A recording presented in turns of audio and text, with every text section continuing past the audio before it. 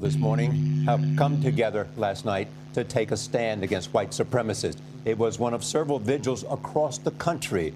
The show of solidarity followed a weekend of violence in Charlottesville that killed one woman and hurt dozens. 32-year-old Heather Heyer died when a car drove into counter-protesters after a demonstration by neo-Nazis, white supremacists, and Ku Klux Klan members. Newly released video shows the graphic violence of the alleged attack. The Dodge Challenger sent protesters flying as it slammed into the crowd and hit another vehicle. The car's owner, James Alex Fields Jr., is charged with second-degree murder. David Begnaud is in Charlottesville, where he spoke to victims and to Heather Heyer's friends. David, good morning.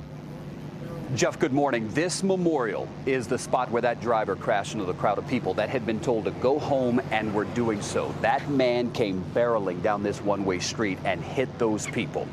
The police say it was intentional. One man was seen flying into the air in a now viral photo.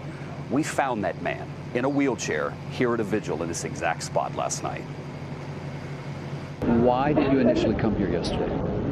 To stand up for what I believed in, to acknowledge what's right, and what's wrong. Marcus Martin insists that the counter-protest on Saturday was peaceful. His fiancée Marissa Blair even broadcast it live on Facebook. But then, chaos. That is when an alleged white supremacist apparently drove his Dodge Challenger into a crowd of protesters. This photo captures the moment Martin is hit by the car. My life could have been over, ended. I could have been dead right now, not sitting here having this conversation with you. He broke his leg and will need surgery. That is his red shoe flying out from underneath the suspect's vehicle as he reversed away. His fiancée escaped injury because Martin pushed her away. That should never happen. How can someone have so much hate in their heart? Heather Heyer, who was killed, was their friend. Blair worked with her at a Charlottesville law firm. She died for peace. She died for equality. She died because she believed that everyone should get along. Heather Heyer's friends honored her by wearing purple shirts that had a quote from her last public Facebook post. If you're not outraged, you're not paying attention. Even after police told demonstrators to leave, men waving Confederate and neo-Nazi flags and armed with shields and clubs clashed with angry counter-protesters.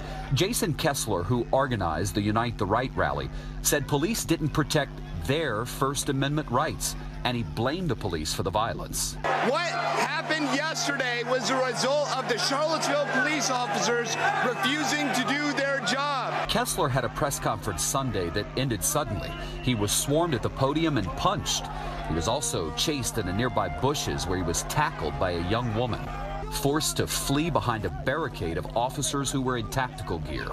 Later at a vigil for Heyer, Marcus Martin vowed to fight for justice. Her mother can't talk to her daughter.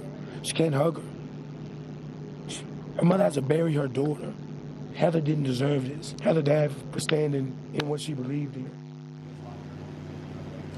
Jason Kessler had a permit from the city of Charlottesville, which allowed him and his protesters to be here this weekend legally. Now, in criticizing police, the Charlottesville police chief told CBS News, wait a minute, I had officers and the help of the National Guard, and they moved in when the time was right.